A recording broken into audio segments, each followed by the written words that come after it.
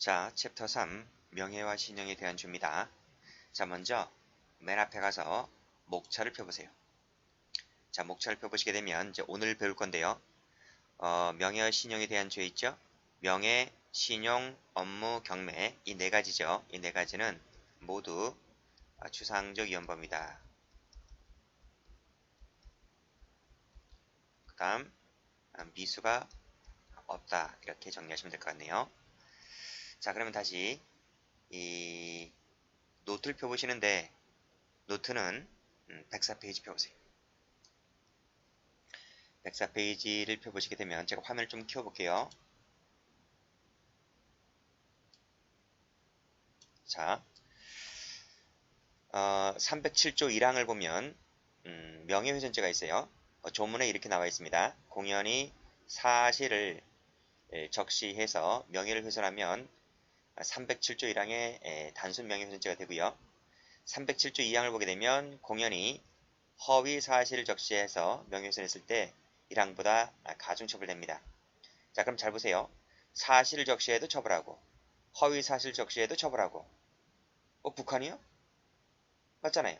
그래서 여기서 이 사실을 적시한다 했을 때 하나의 돌파구를 마련해 주는데 그 사실 적시가 공공의 이익을 위해서 해 주었다면 310조가 적용되어서 위법성이 조각된다 라고 하는 것을 알아두시면 될 것 같아요. 그래서 이 310조의 위법성 조각이라고 하는 것은 307조 1항 이 307조 1항의 경우에만 조각되는 것이지 그 이외에 나머지 것들이 있죠. 하나, 둘, 셋, 넷. 그 다음 맨 밑에 모욕죄까지 이 나머지는 전부 다 뭐가 된다? 310조라고 하는 것이 적용되지 않는다. 이렇게 봐두시면 되겠습니다. 자, 됐죠? 자, 그리고 다시 가서 308조 보면요. 공연히 허위 사실을 적시해서 사자, 죽은 자의 명예훼손을 했을 때 사자 명예훼손죄가 되는데 이 사자 명예훼손죄라고 하는 것은 허위 사실을 적시했을 때 사자 명예훼손죄가 됩니다. 자, 됐고 309조 가면 출판물 등에 의한 명예훼손죄가 되는데요.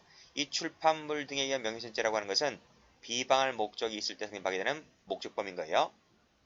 그리고 출판물 등에 의해서 307조 1항이면 그쵸? 307조 1항의 죄를 범했을 때 307조 2항의 죄를 범했을 때 물론 307조 2항의 죄를 범했을 때가 1항보다 형이 가중되겠죠.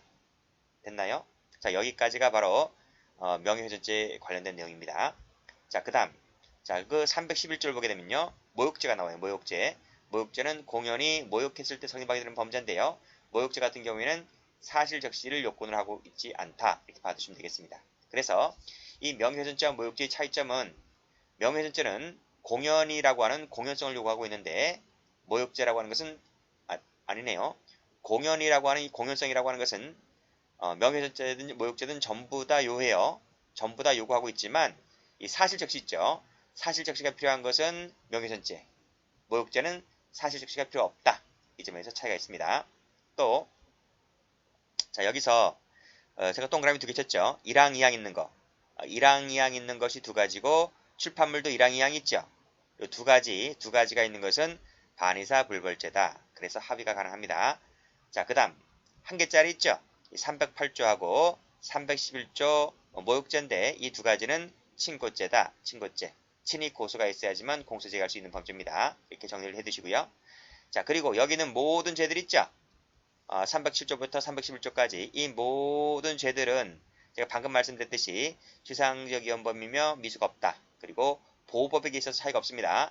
전부 다 외적 명예를 보호법으로 한다. 이렇게 정리해 주면 될 것 같아요. 됐죠? 자, 그러면 자, 기본소입니다. 자, 명예에 관한 죄입니다. 자, 서론을 보시게 되면요. 자, 첫 번째 줄 보호법익은 외부적 명예다. 그랬습니다. 자, 검은색 뜰게요. 외부적 명예다. 됐어요? 자, 각주를 내려가 보시면요. 각주를 가보시게 되면 자, 외적 명예죠. 외부적 명예 또는 외적 명예는 그 사람의 진가와는 관계가 없어요. 됐어요? 이건 사회 활동을 하면서 얻어지는 명예라는 겁니다. 진가라고 하는 것은 그 집의 엄마 아빠밖에 몰라요. 가족들밖에 몰라요. 그것은 사회에서 보호할 가치 없잖아요. 그쵸? 그 사람의 본심이 뭔지 성격이 어떤지는 그 집엔 사람들만 안다는 거예요. 여기서는 그 진가를 보호하고 있는 것이 아니라 사회생활 하면서 얻어지는 그 인격적 가치에 대한 평가 이것을 보호법으로 한다 이렇게 보시면 될 것 같아요. 자, 이 외적 명의라고 하는 것이 바로 뭐다? 명예훼손죄와 모욕죄의 보호법이 된다. 이렇게 정리하시고요. 자, 올라가 보시면 자, 추상적 위헌범 미수가 없다 했고, 자, 1항보다는 2항 체크하시고, 그쵸? 여기서 사할 때 사동그라미, 모할 때 모동그라미, 친할 때 친동그라미. 이 조문이 한 개짜리입니다. 그쵸? 다시 한번 보세요. 자, 노트를 펴보시게 되면 여기죠. 한 개짜리. 308조가 바로 뭐예요? 사자 명예훼손죄, 그치? 그 다음에 311조가 모욕죄죠. 그래서 사, 그 다음에 모. 이 두 가지는 친고죄다. 이렇게 정리하시면 됩니다. 다시 오시고요. 자, 그래서 사모님은 친히 고소를 해야 됩니다. 나머지는 반의사 불벌죄가 된다. 이렇게 정리하시고. 자, 밑에 팔로 볼게요. 자, 방금 말씀드렸듯이 이 보호법익은 외부적 명예이다 하는 점에서는 차이가 없습니다. 차이가 있는 것은 자, 명예훼손죄는 뭐를 요한다? 사실적시를 요한다. 사실적시 미칠 것이고, 자, 모욕죄는요. 자, 추상적 판단이나 경멸적 표현의 감정이다 그랬죠? 이게 무슨 말이에요? 가로 열고 사실적시 X 이것을 요하지 않는다. 이 점에서 차이가 있다. 이렇게 보시면 됩니다. 자, 됐고. 자, 공연성 한번 볼게요. 공연성은 전부 다 요해요. 다 요합니다. 전부 다 요한다. 출판물 같은 경우에는 조문 자체를 읽어보게 되면 공연성이란 말은 내포되어 있지 않아요. 내포되어 있지 않지만 출판물 자체에 공연성을 내포하고 있는 말이죠. 그쵸? 네. 법조문 자체에는 공연성이란 말이 없다. 이렇게 받으시고. 그 다음 이 사실적시라고 하는 것은 명예훼손죄는 다 있어요. 여기 사실 있잖아요. 사실 있고 사실 있고 사실 있는데 모욕죄만큼은 없다. 이렇게 봐두시면 돼요. 그 다음 사자는 사자 명예훼손죄만 있습니다. 그리고 방금 말씀드렸듯이 사모님 있죠. 사모님 요 사할 때 사, 모할 때 모. 요것은 친고죄다. 친고죄. 그쵸? 다음 310조 같은 경우에는 307조 1항만 적용된다. 1항만 적용된다. 됐네요. 자, 다음 페이지 볼게요. 자, 명예훼손죄입니다. 자, 307조 1항이죠. 공연히 사실을 적시하여 명예를 훼손했을 때, 자, 사실 미칠 것이고, 2항은요, 허위사실이죠. 허위사실 미칠 것이고, 형량이 2항이 더 높죠. 2항이 더 높다. 자, 그런데 여기서 이 사실이라고 하는 것은 그 뒤에 나옵니다. 뒤에 나오는데 제가 미리 적어드릴게요. 자, 이 사실이라고 하는 것은 자, 같이 따라 적으세요. 자, 진실. 우리가 2항에 허위가 있기 때문에 1항에 이 사실이라고 하는 것은 진실이다. 진실이다. 이렇게 말하겠죠. 그죠? 진실이다. 진실이다. 플러스 내가 진실을 적시한다는 것을 내가 인식하고 명예를 훼손했을 때 307조 1항이다. 이건 당연하겠죠. 2항이 있으니까. 자, 그런데 판례는 이 1항 같은 경우에는 이 사실이 진실이다. 진실에 국한하는 것이 아니라는 거예요. 이 사실이라고 하는 것은 다시 밑에 것부터 먼저 적어볼게요. 자, 밑에 2항이라고 하는 것은 허위 사실을 적시한다는 것을 내가 인식하고 했을 때 307조 2항이 되는 거죠. 그쵸? 그럼 1항은요? 1항은 허위 사실인데 이것을 내가 인식하지 못하게 되면 이것도 307조 1항이 된다는 거예요. 이 두 가지가 모두 307조 1항이 된다. 그래서 307조 1항에서 말하는 이 사실 속에는 진실이든 허위든 불문한다. 이것이 판례예요. 이것이 판례. 됐습니까? 자, 밑에 반의사 불벌죄 나와 있고요. 자, 그 다음 객체입니다. 객체, 명예의 주체부터 먼저 볼게요. 자, 자연인 되고요. 당연히 사자 되겠죠. 그쵸? 자, 그 밑에 법인 기타 단체인데요. 당연히 법인 됩니다. 자, 1번 되니까 동그라미 칠게요. 2번도 됩니다. 법인이 없는 단체도 이러한 기능을 담당하고 있다면 명의 주체가 됩니다. 동그라미 칠게요. 자, 그런데 3번 안 됩니다. 사교단체라든지 가족은 명의 주체가 될 수가 없다. 그래서 골프라든지 낚시클럽은 명의 주체가 되지 못합니다. 물론 예외는 있어요. 구성원 각자에 대해서는 가능하다. 이렇게 돼 있고 대신 집합 명칭에 따랐을 때 사교단체나 가족은 될 수가 없어요. 다음, 이건 판례가 있는데 정부나 국가기관은 명예의 주체가 될 수가 없다. 이건 뒤에서 볼 겁니다. 됐죠? 자, 볼까요? 다음 페이지 한번 가보세요. 다음 페이지 가보시게 되면 파란 펜 들으세요. 정부 밑줄 그시고 X, 국가기관 밑줄 그시고 X, 주체가 피해자가 될 수가 없다. 그쵸? 그러니까 술 한잔 하면서 정부 비판할 수 있죠? 여당, 야당 비판할 수 있잖아요. 술 한잔 하면서. 그렇다고 해서 뭐 국가가 잡아가는 건 아니잖아요. 그렇다는 겁니다. 자, 그러나 예외는 있어요. 자, 그 밑에 가로 열어볼까요? 그 보도의 내용이, 자, 공직자부터 가로 열고, 공직자 개인에 대해서 악의적이거나 심히 경솔한 공격으로서 현저히 상당성을 잃은 것으로 평가되지 않는 한, 그랬죠? 그쵸? 그게 무슨 말이에요? 악의적이거나 심히 경솔한 표현이라면, 그때는 이것이 명예훼손이 가능하다. 이런 말이. 다시 한번. 국가나 정보기관은 원칙적으로 피해자가 될 수가 없다. 그쵸? 마지막 줄에 곧바로 공직자 개인에 대한 명예훼손이 된다고 볼 수 없다 그랬죠? 그래요. 죄가 되진 않아요. 원칙적으로. 근데 예외적으로 공직자 개인에 대해서 개인의 그 개인뿐만 아니라 그 집의 가족들뿐만 아니라 그 가족 일가족을 싸잡아서 매도하게 되면 악의적 심히 경솔한 표현으로서 매도해버리게 되면 이것이 예외적으로 명예훼손이 가능하다라고 하는 것인데 이 예외적인 부분이 바로 뭐다? 시험에 나온 적이 있다. 이렇게 봐주시면 되겠어요. 자, 그래서 필기를 굳이 하자면 원칙적으로는 자, 명예훼손이 되지 않는다. 예외가 있는데 공직자 개인에 대해서 악의적, 그 다음에 심히 경솔한 표현 등을 하게 되면 그것은 예외적으로 명예훼손이 가능하다. 근데 시험에는 예외가 나온 적이 있다. 이렇게 봐주시면 되겠고 자, 그 밑에 판에도 마찬가지입니다. 그렇죠? 국가 밑줄 그시고 X, 지자체 밑줄 그시고 X, 고원금 밑줄 그시고 X, 죄가 되지 않는다. 그랬습니다. 자, 다시 올라가 보죠. 자, 집합명칭입니다. 집합명칭. 자, 집합명칭에 의해서 구성원 모두가 이 모두의 명예가 침해가 된다라고 했을 때는 이것이 명예훼손이 가능해요. 자, S법과대학의 교수 몇 명 안 되죠. K법원의 판사 몇 명 안 되고 B경찰서 경찰관 네, 어느 부처 있죠. 부서 이런 부서 같은 경우 몇 명 안 되죠. 이런 것 같은 경우에는 어느 특정인을 거론하게 되면 예를 들면 B경찰서 경찰관 모 경찰관이 술집에 가서 접대를 받았다 이렇게 말했습니다. 그러면 자, 모 경찰관이라고 말을 했는데 그것이 무슨 어느 지역 경찰서 어느 부서 이렇게 얘기했기 때문에 그 부서에 근무하는 모두가 혐의를 받고 있는 거예요. 그랬을 때 그 부서에 있는 구성원 모두에 대해서 뭐가 된다? 명예훼손죄가 된다. 이런 말이 됐죠? 자, 그러나 막연한 표시만으로는 부족하다. 그래서 서울시민, 경기도민 등은 1000만 명 가까이 육박하잖아요. 1000만 명 가까이 육박하는 그 광범위한 범위이기 때문에 이것으로는 집합명칭에서 명예훼손이 되지 않는다. 이렇게 봐주시면 되겠습니다. 자, 됐죠? 자, 그게 판례가 나옵니다. 자, 다음 페이지 한번 가보세요.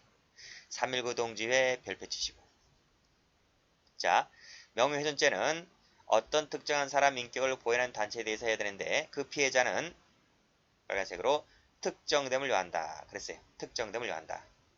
자, 다만 자, 서울시민 밑줄 그시고 X, 경기도민 밑줄 그시고 X. 이건 워낙 범위가 넓기 때문에 막연하기 때문에 피해자가 될 수가 없다는 거죠. 또 집합적 명사를 썼다 할지라도 여기서 집합적 명사라고 하는 것이 바로 위에 나와 있는 319 동지회입니다. 그쵸? 동그라미 치시고요. 그 범위에 속하는 특정인을 가리키는 것이 이 특정인을 가리키는 것이 명백하다면 이 319 동지회 구성원들 각자에 대해서 뭐가 될 수 있다?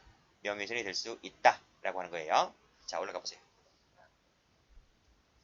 재단 비리로 학내 분쟁 중인 K고등학교 교감갑은 K고등학교 319 동지회 소속 교사들이 무단 하교를 하게 하였다는 허위 사실이 기재된 보도자료를 공보실에서 기자들에게 배포하였다. 그랬습니다. 그쵸? 자, 밑에 줄 66명으로서 그중 37명이 319 동지회 소속 교사들이었고 학생, 학부모 등 관계자들은 그 교사들이 누구인지 알고 있었다. 그랬어요. 누구인지 알고 있었다. 그치?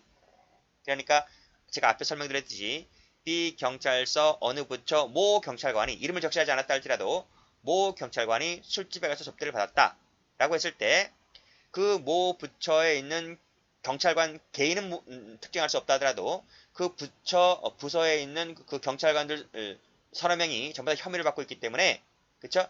작고 특정된 집단이기 때문에 따라서 모 경찰관이라 했다 할지라도 그 전체가 혐의를 받고 있기 때문에 그 전체에 대해서 뭐가 된다? 명예훼손죄가 된다 이란 말이에요. 됐어요? 그래서 여기서도 교사들 이랬잖아요. 교사들 이름을 명시하지 않았지만 교사들이라 했다 하더라도 이 37명 중에서 그들이 누구인지는 대부분이 알고 있었기 때문에 3.19 동지 교사들 37명이 전부 다 혐의를 받고 있는 것이므로 이것은 37명 전체에 대해서 뭐가 된다? 명예훼손죄가 된다. 이렇게 보시면 됩니다. 자, 밑에 해설 달아놨기 때문에 해설 참조하시고요. 올라갑니다. 자, 동그라미 2번 보시게 되면요. 일부를 지적하였지만 누구인지 명백하지가 않아서 역시 마찬가지로 모두가 혐의를 받고 있을 때도 명예훼손죄가 됩니다. 같은 내용이죠. 자, 다음 페이지 한번 가볼게요.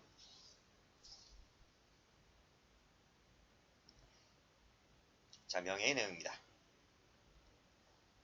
자, 명예는 두 번째 줄 진가와 일치할 필요가 없다. 왜요? 외부적 명예이기 때문에 그래요. 사회에서 통용만 된다면 가정적 명예도 본죄에 포함된다 했고, 자, 긍정적 가치라야 하기 때문에 부정적이라든지 소극적 가치는 명예가 될 수가 없어요. 그렇죠? 이건 적지 마세요. 이건 적지 마세요. 조두순이라든지, 그렇죠? 뭐 유영철이라든지 이런 연쇄살인범들, 그렇죠? 뭐 강간범들 이런 사람들의 명예가 있어요? 명예가 없다는 거지. 그래서 얼마든지 방송에 대해서 그 사람의 가정 환경이라든지 그 모든 것들을 얘기하잖아요, 그렇죠? 얘기하고 있기 때문에 그런 얘기를 일일이 했다 하더라도 이것은 명예훼손죄가 될 수가 없다 이렇게 보시면 돼요.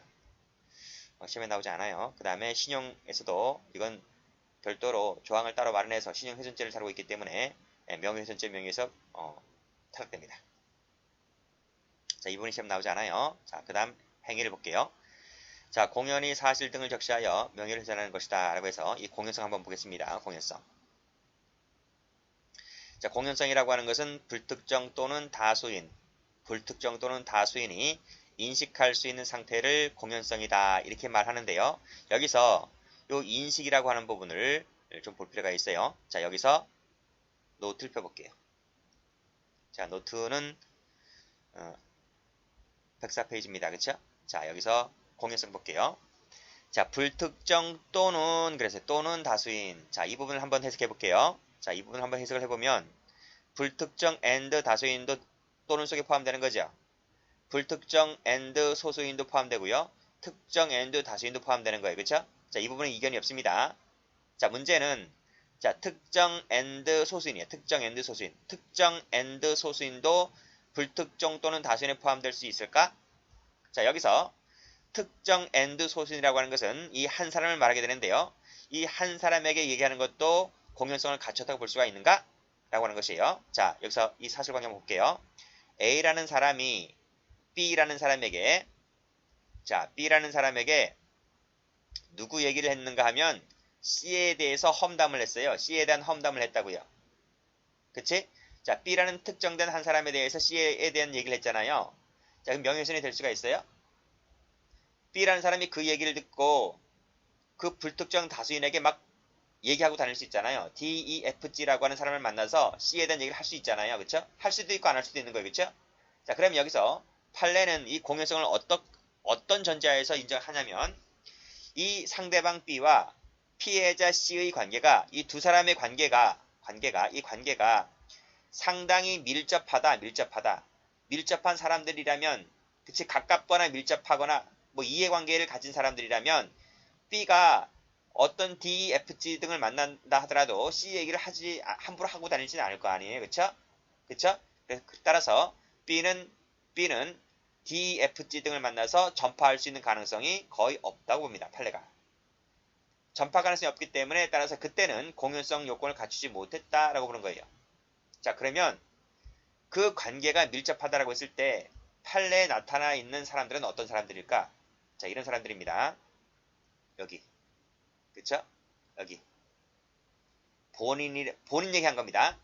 A가 B한테 B 본인 얘기를 했다든지 그런 판례 있어요. B 본인 얘기를 했다든지 또는 가족 얘기를 했다든지 친척 얘기를 했다든지 친구 얘기를 했다든지 사업상 이해관계가 있는 사람들 얘기를 했다든지 동업관계라든지 라는 등을 했을 때에는 이 B가 함부로 다니면서 얘기를 하고 있지 전파할 수 있는 가능성이 거의 없다는 거죠. 그때는 무죄가 됩니다. 됐어요? 자, 그러나 이 B, C가 밀접한 관계가 아니 그랬을 때는 B가 D, F, G 등을 만나서 C 얘기를 할 수도 있다는 거지. 그랬을 때는 전파성이 있다고 보고요. 따라서 공유성이 있다고 봐요. 그쵸? 동네 사람이에요. 동네 사람. 대표적인 것이 동네 사람. 교회에 같이 다니는 사람들. 또는 컴퓨터에서 비공개 대화를 나누고 공개 대화방에서 대화를 나누고 있는 사람들. 그런 사람들 같은 경우에는 어떤 관계에도 양자 간의 어떤 관계가 얽혀 있는 부분이 아니기 때문에 함부로 또는 섣불리 얘기할 수 있다. 이렇게 보았습니다. 네, 됐죠? 또 하나 또 있어요. 또 하나. 이 B라는 사람이 누구다? 기자다, 기자. 기자일 때는 어떨까? A가 기자인데 C에 관련된 험담 얘기를 했단 말이에요. 연예인 무슨 이상한 비하인드 스토리 얘기를 했단 말이에요. 자, 그러면 이것도 역시 마찬가지로 이 보통 사람과의 관계에서 이러한 요건과 똑같이 판단해 줄 수 있을까? 판례는 이렇게 봤습니다. 그 기자가 A로부터 C에 관련된 얘기를 들었다 할지라도 이 기자가 그 내용을 기사화를 하지 않았다면 공연성이 없다고 봤고요. 기사화를 했다면 공연성이 있다고 봤어요. 됐죠? 자, 이렇게 한번 보겠습니다. 자, 다시 교재를 와보시게 되면 자, 2번 체크하세요. 판례는 전파성 이론을 취한다. 자, 특정된 1인에게 얘기했다 했을 때 그 1인이 불특정 다수인을 만나서 자기가 들은 내용을 전파할 가능성이 있는가를 갖고 공연성 여부를 판단한다. 이것이 판례입니다.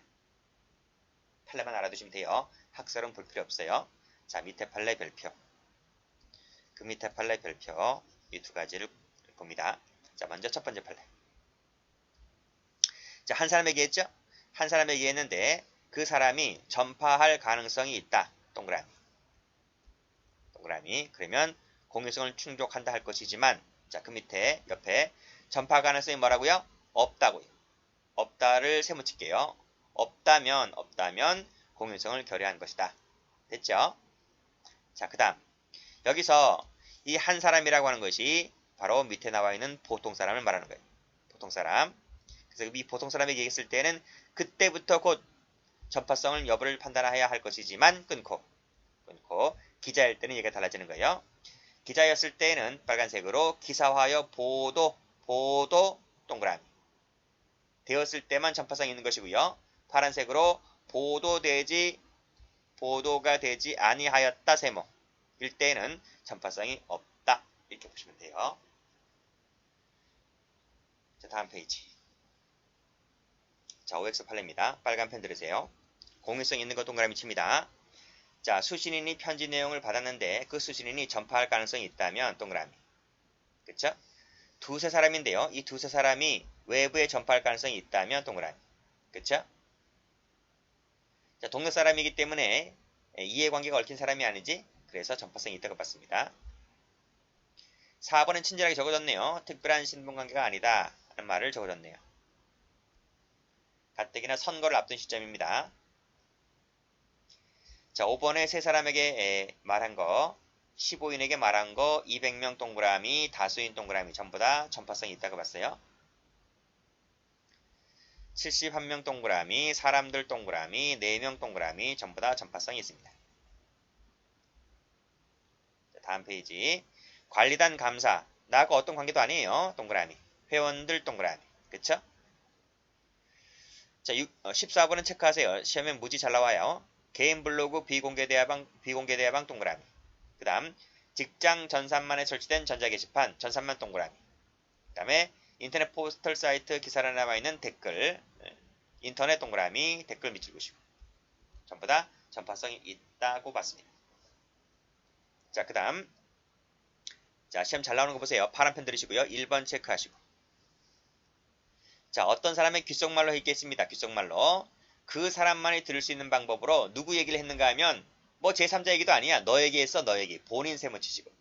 너 본인 얘기를 했다면 전파성이 없다고 봤는데 이 사람이 골때려요. 자기 혼자 들은 얘기를 자기 혼자 떠들고 다녀. 아시겠죠? 그랬다 하더라도 본인에게 본인 얘기를 한 것은 그 자체만으로 전파성이 없다고 봤습니다. 자, 그 밑에 판례 과부죠, 과부. 과부 세모 치시고 단둘이다 밑줄 그으시고 과부한테 무슨 얘기했어요? 너 얘기했어. 이퀄 본인 얘기했습니다. 본인 너 얘기를 했기 때문에 역시 마찬가지로 전파성이 없다고 봤죠. 두 가지 묶으세요. 이 두 가지가 제3자 얘기를 한 것이 아니라 본인 너 얘기한 것이기 때문에 전파성이 없다고 본 판례입니다.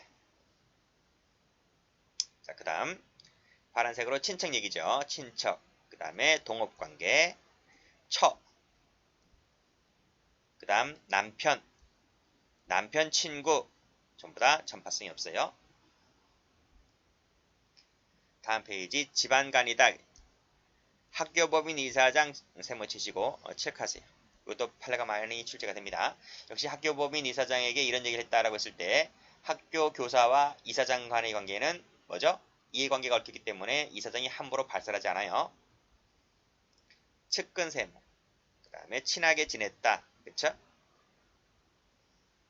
자, 증거자료인데 은밀하게 수집 확보하기 하기 때문에 재판까지 가기 전까지는 함부로 발설하지 않는다 이런 말입니다.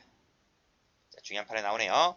자, 13번 조심하셔야 되기 때문에 별표 치시고요. 자, 14번도 별표 치세요.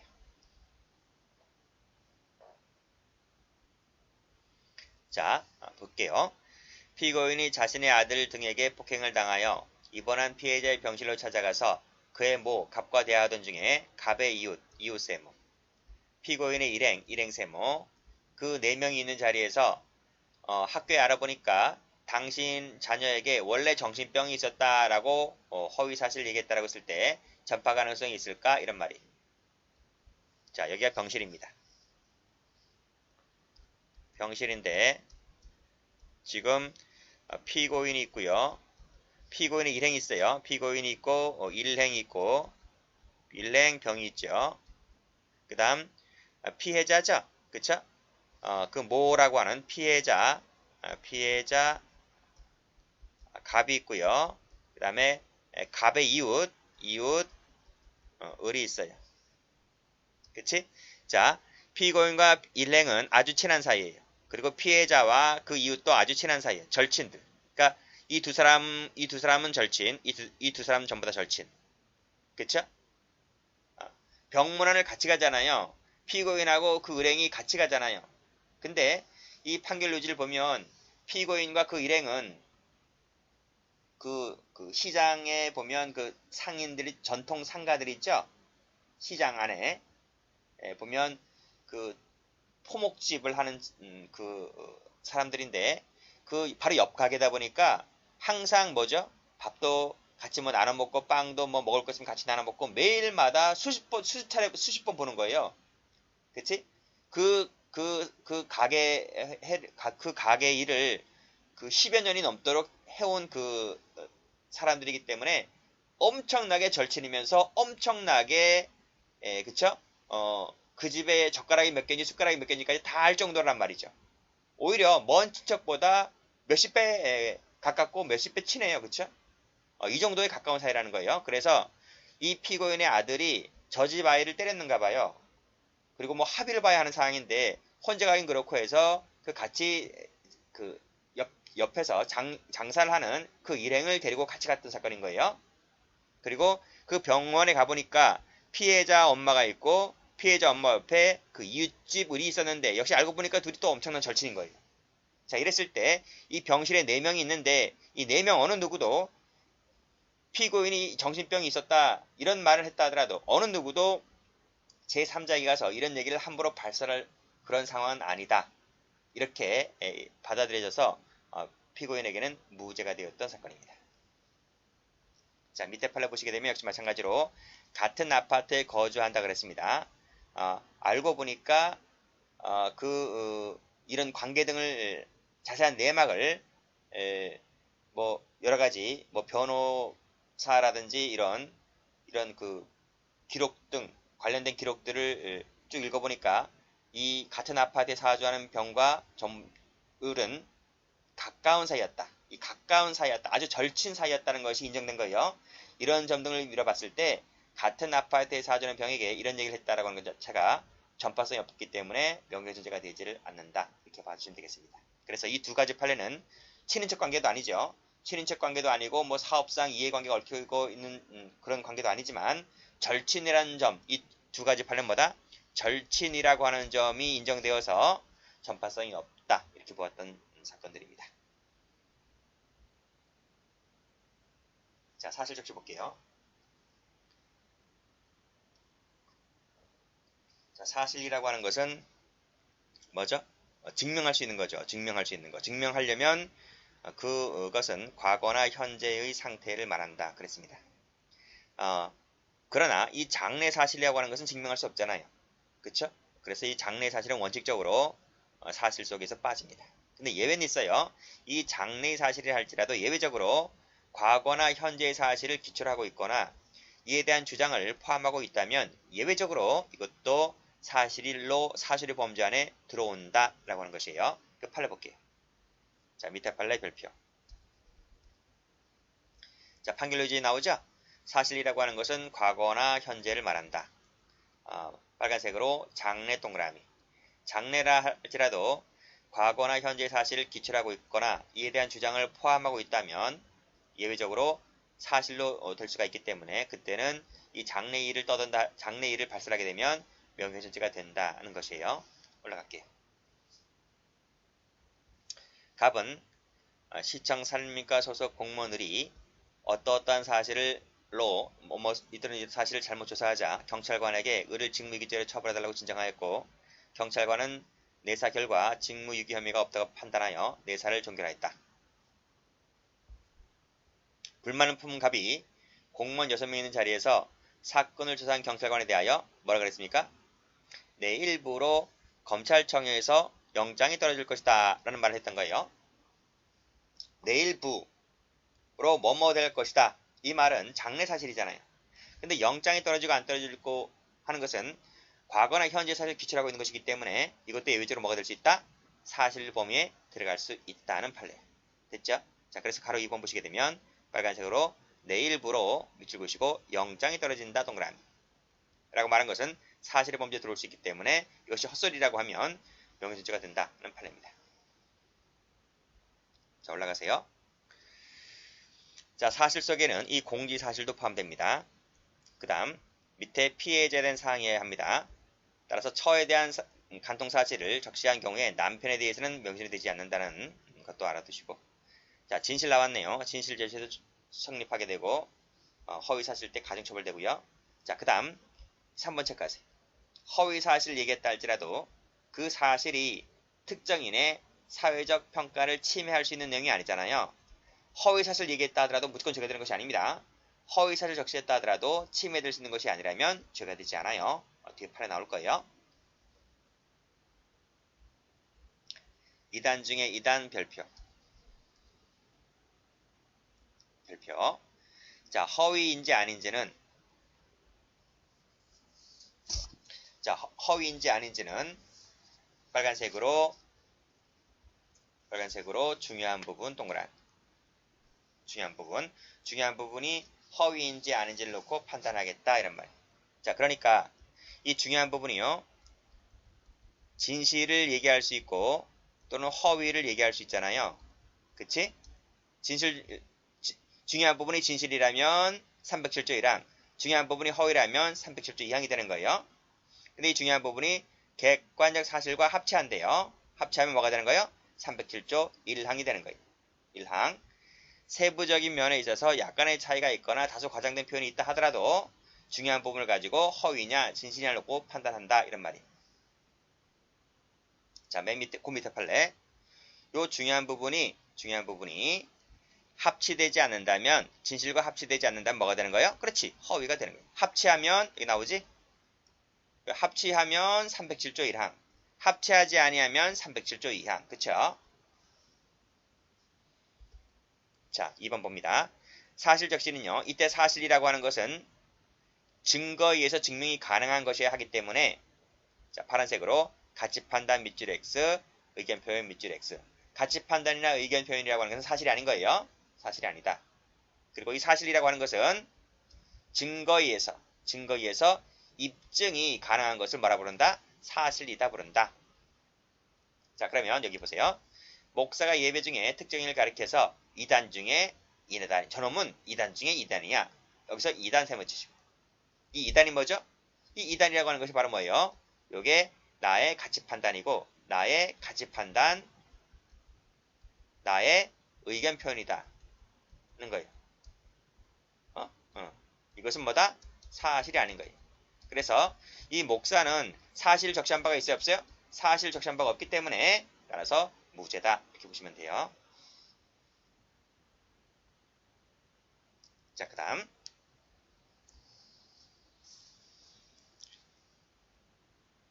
자, 요 밑에 팔아볼게요.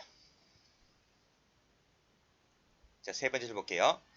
허위 사실을 적시한 발언을 들었을 경우와 비교하여 진실한 사실을 듣는 경우에 피해자의 사회적 가치 평가가 더 침해될 것으로 예상된다. 더 뭐가? 진실을 얘기한 것이 더 크게 가치가 더 크게 침해가 된대요. 그리고 차이가 없대요. 그러면 그것은 307조 이항이 아니다. 이런 말이에요. 이게 무슨 말인지 아세요? 이런 말이에요. 자, A라는 사람이 진실을 얘기했고 허위를 얘기했는데 이 두 개의 무게를 저울을 달아본단 말이에요. 즉 위에서 말했듯이 여기서 중요한 부분이 내가 발설한 중요한 부분이 진실이냐 허위냐에 따라서 진실이면 307조 1항 허위면 307조 2항이라 했잖아요. 그치? 그래서 내가 말한 그 중요한 부분이 진실이냐 허위냐를 비교해 놓고 봤을 때 이 진실이 더 크다. 여기 나왔잖아. 진실을 얘기한 것이 피해자의 명예를 더 크게 침해했단 말이에요. 침해했다. 진실이 허위보다 경우에 따라서는 진실을 얘기하는 것이 허위보다 더 큰 명예훼손이 될 수가 있어요. 어떤 경우가 있는데. 그래, 그 유명 가수 있잖아. 지금 언론에 보도되는 유명 가수 있죠. 그 유명 가수, 미우새에 나와 있는 그 유명 가수가 뭐 어느 단란주점 유흥업소에 가서 뭐 여성을 어떻게 했다. 그게 결국 진실이라고 쳐봐요. 진실이라고 얘기한 것이 사소한 허위보다 더 큰 명예훼손이 될 수가 있잖아요.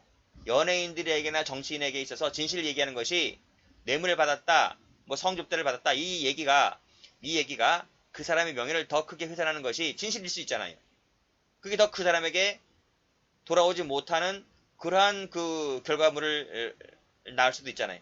그쵸? 또는 이 진실을 얘기하는 것이 허위 얘기하는 것과 거의 쌤이다.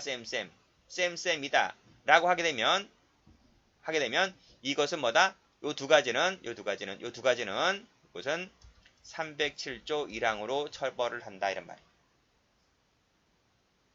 자, 만약에 반대로 진실을 얘기하는 것보다 허위를 얘기하는 것이 명예훼손이 더 커요. 더 크다라고 했을 때는 그때는 307조 2항으로 처벌하겠다 말이에요.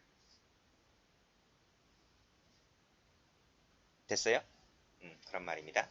다시 한번 보세요. 허위를 들었을 경우와 진실을 들었을 경우를 비교했을 때 그 진실을 들은 것이 그 사람의 명예를 더 크게 침해한다. 또는 양자가 별다른 차이가 없다. 거의 엇비슷하다라고 했을 때는 307조 2항으로 가는 것이 아니라 307조 1항으로 간단 말이에요.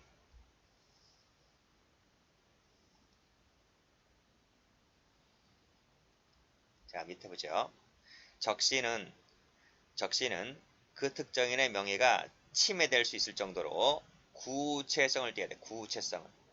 구체성을 따라서 오늘 첫 시간에 오늘 앞에서 맨 처음에 말씀드렸듯이 구체적 사실 적시가 있어야 됩니다. 따라서 추상적 사실 적시라든지 사실이 아닌 가치 판단을 적시한 것은 모욕죄가 될 뿐이지 명예훼손이 되지는 않습니다. 그리고 방법에는 제한이 없죠. 그렇죠? 그 다음에 그래서 간접적 우회적 표현도 전부 됩니다. 자, 연놈 사건 별표 치시고.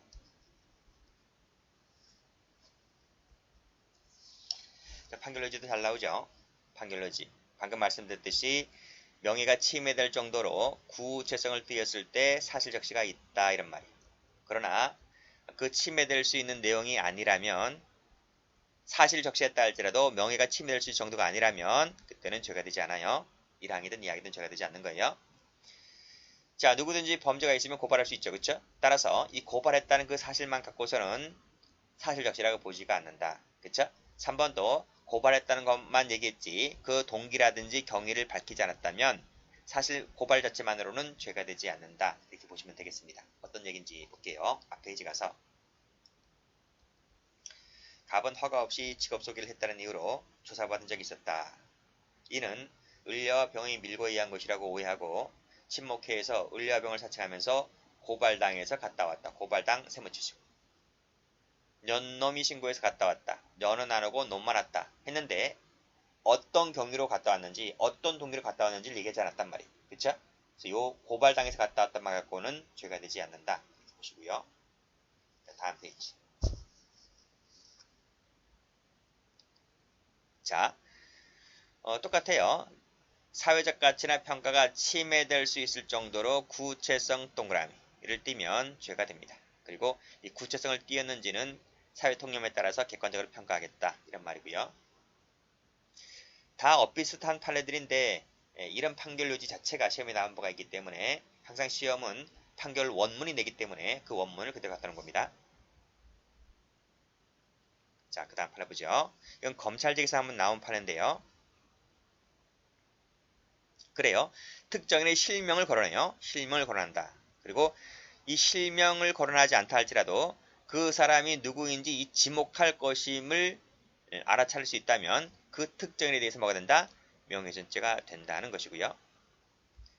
그 다음 주의 사정을 종합해 본다 하더라도 그것이 누구인지 도대체 알 수가 없네요. 없다 세무치죠. 그랬을 때는 죄가 되지 않고 이것이 검찰직 구급 문제입니다.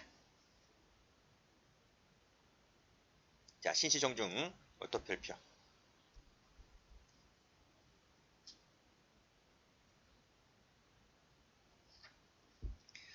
자, 출제 많이 된 판례인데 갑은 신씨 종중의 자산관리위원장이었다. 갑은 신씨 종중 자산관리위원장인 을과 자주 다퉈왔다. 어느 날 방송으로 어떤 분자가 빨간색, 어떤 분자 동그라미 종중재산을 횡령했다는 말을 했다. 그 말은 80세대 가운데 50세대가 신씨 종중원이었다. 죄책은 뭘까? 이런 말이에요.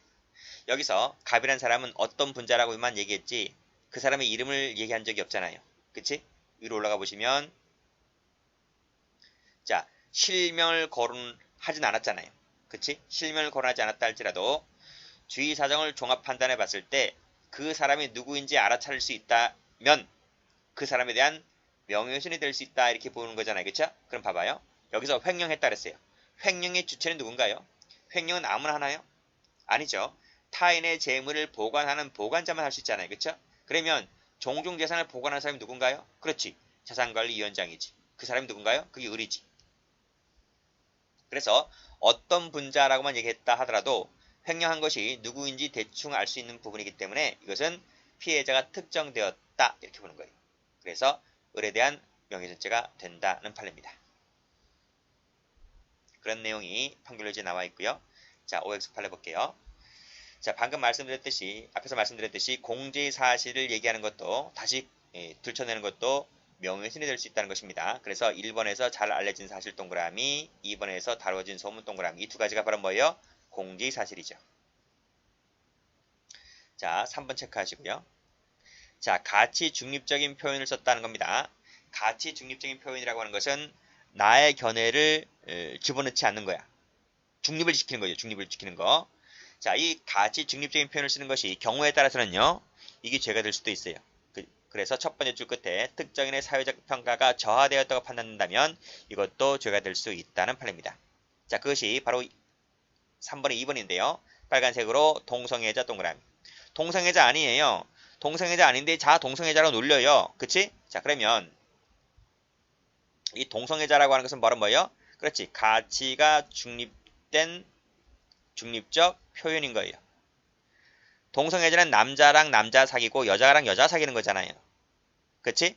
근데 이 가치 중립 표현이긴 하지만 이 동성애자라고 발설을 한 것은 그 사람의 가치 평가가 저하되었다 이렇게 볼 수 있는 거잖아요.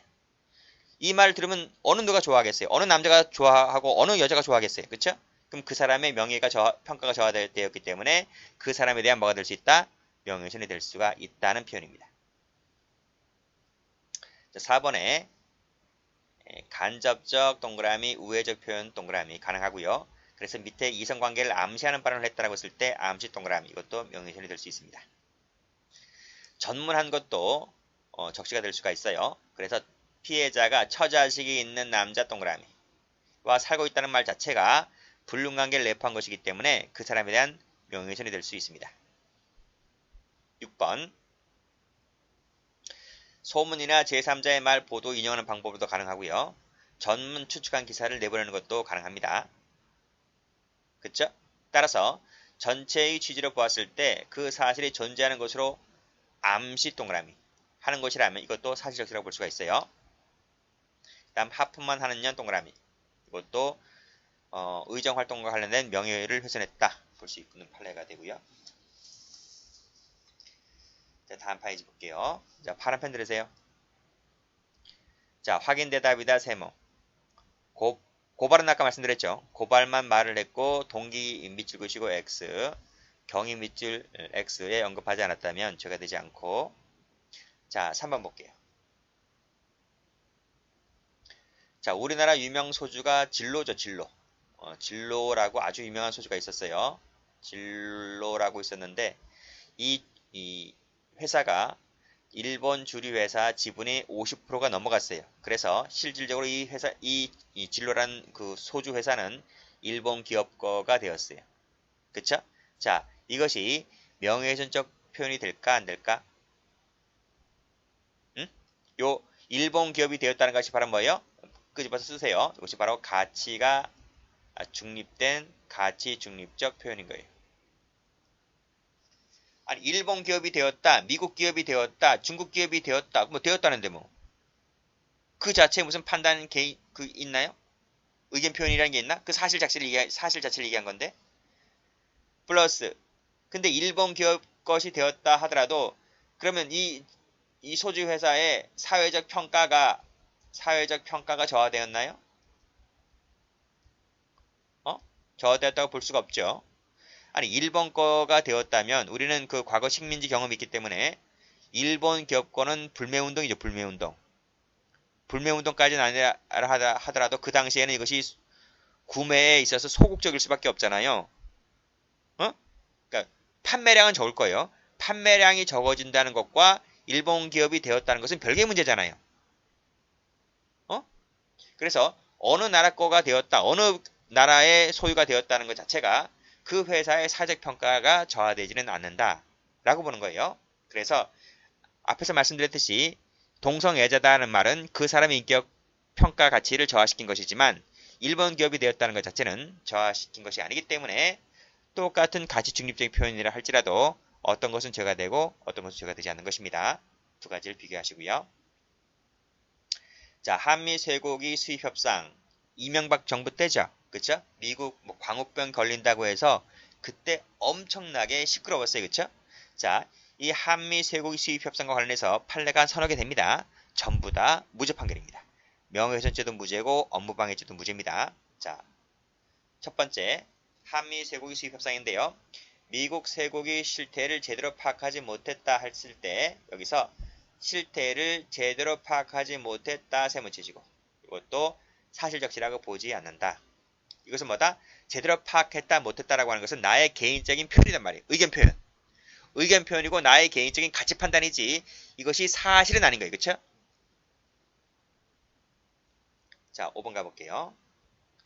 자, 가서 확인해보자. 이것도 사실적시라고 볼 수가 없고 확인 답변에 불과하잖아요. 자, 그 다음 6번 볼게요. 종교 문제네, 종교 문제.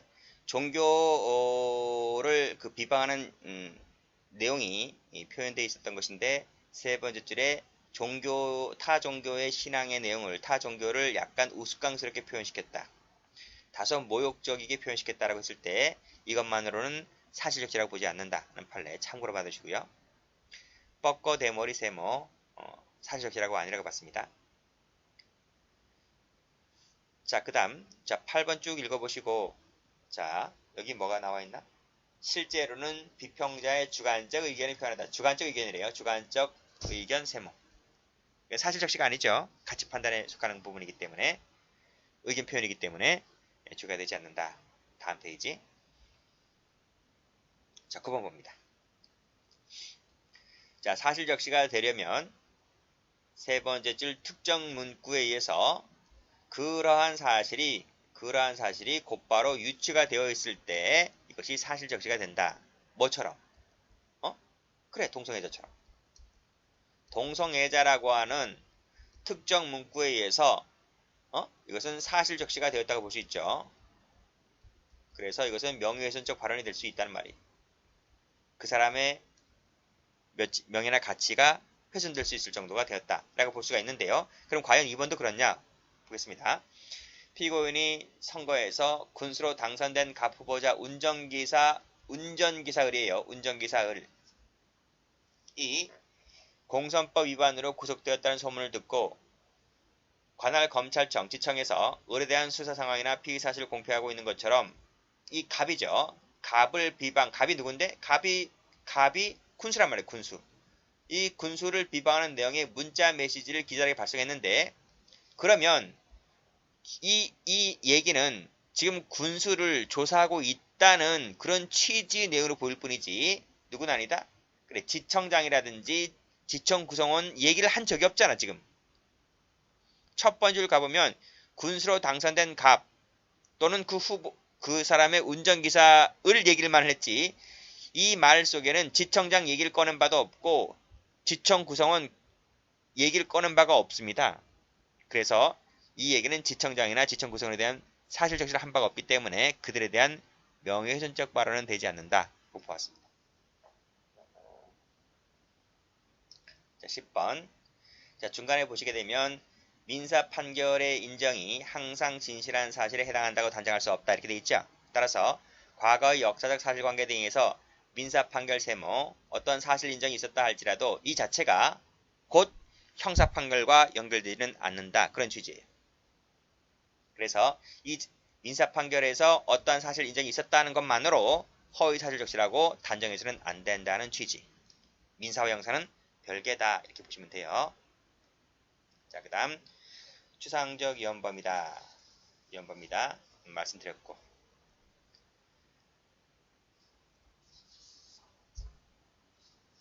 주관적 요건 볼까요? 자, 주관적 요건 고의가 있어야 된다 되어 있고 목적범이 아니다. 그런 얘기 나와 있네요. 자, 판례 보시면 총론 시간에 얘기하는 건데 미필적 고의가 있다고 하려면 인식 검은색 동그라미, 용인 동그라미. 그래서 용인설이죠. 307조 2항 허위 사실 적시죠. 그렇죠? 그래서 그 내용이 허위라는 점 그리고 그것을 내가 저하시킬 만한 것이라고 하는 점을 인식하는 것이다. 그렇죠? 그러니까 이것은 뭐예요? 객관적으로 허위 사실을 이해하고 그 내가 허위 사실을 발언한다는 점에 대해서 인식함을 요합니다. 그러면 307조 2항이 되는 겁니다. 목적범이 아니기 때문에 비방을 목적이라고 하는 것은 필요가 없어요. 자, 또 반복되고 있네요. 자, 2항이라고 하는 것은 객관적으로 허위여야 하고 주관적으로 허위임을 인식하면 됩니다. 그 모든 것은 검사가 지죠. 자, 인터넷 댓글 사건입니다. 1번 체크하시고 비교되는 판례가 뒤에 나옵니다. 자, 특정 여자 연예인이 재벌의 아이를 낳았다. 빨간색으로 재벌 아이 동그라미.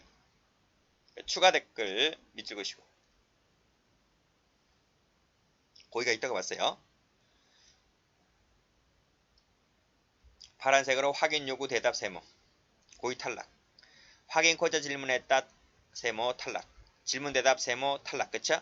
진위 확인 세모 탈락. 이런 것들은 고의가 다 탈락되는 것들이기 때문에 제거되지 않습니다. 자, 또 졸속 체결 세모. 이것도 고의 탈락. 그 다음 입점비를 얼마나 줬냐. 지금 뒷조사 중이다. 이렇게 말했을 때 역시 이것은 고의를 인정하기 어렵다라고 해서 제거되지 않는다고 봤습니다. 차고 나왔네요. 자, 밑에 판례 별표. 별표. 1번, 2번은 안 봐도 돼요. 판례밖에 나오지 않습니다. 이거는 제가 307조 1항 할 때 설명드렸어요. 이 307조 1항에서 사실이라고 하는 것은 진실을 말하는 것이 아니다. 왜? 진실, 허위 다 포함한다고 말씀드렸습니다. 이것은 의견과 대치되는 개념이다 했어요. 그리고 밑에 진실 동그라미, 허위 동그라미 다 포함되는 말이다. 그래서 허위 사실이라 할지라도 허위성에 대한 인식이 없을 때는 그때는 1항으로 간다. 다시 한번 필겨볼까? 1항이라고 하는 것은 진실을 얘기하고 플러스 진실에 대한 인식이 있으면 됩니다. 그 다음 허위를 적시하고 대신 허위성에 대한 인식이 없을 때 이 두 가지가 모두 307조 1항이 되는 것이에요. 따라서 307조 1항에는 허위든 진실이든 모두 포함되는 개념이다. 이렇게 정리하시고, 자, 위법성입니다. 자, 총론에 나오는 거죠. 피해자 승낙 정당행위 됐고, 자, 밑에 판례 보죠. 빨간색으로 호로 XX, 견 같은 XX 이렇게 말한 것은 위법성이 있다고 봤어요.